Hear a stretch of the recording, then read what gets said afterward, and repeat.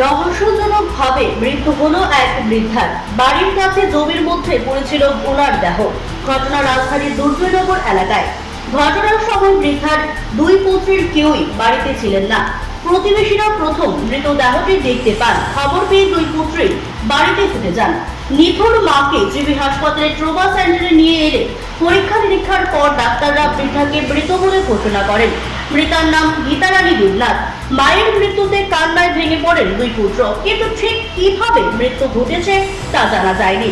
মৃতার দেহে বিভিন্ন জায়গায় চামড়া ঝলসে উঠে গিয়েছিল।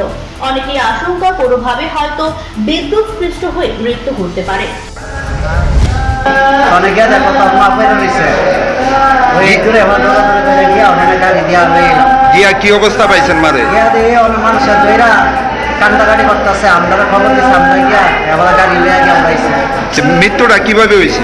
শাড়িটা তো বেতন আমরা রক্ষণে মানুষের কখনের আমরা বুঝতে পাইছি। ওনার যে শরীরের চামড়া উঠানো বা পুরা শরীরে আমরা তো কাজ করতেছি ওই আর কি অবস্থা।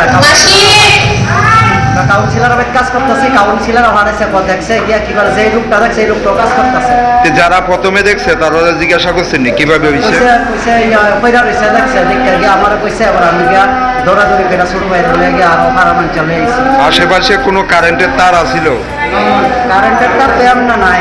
মা তো অসুস্থ আছিল, অনেকে নাকি রান্ত দিয়ে আগুন লাগছে নাকি তাই এটা তো আমরা পেতাম না। ক্ষেতের মধ্যে কি রান্নার ব্যবস্থা আছে? আমরা শর্টকাট আই আর কি লাকড়ি ভিতরে রান্না বুঝছেন না। আমরা বাড়ির ভিতরে একটা শর্টকাট জায়গা আছে, আইনা আরেকজনের জমি আমরা গরু লাড়ি আর কি মানে বছরের পর বছর ওই আমরা বেড়া যাইতে হয়েছে পরে পয়রা রয়েছে।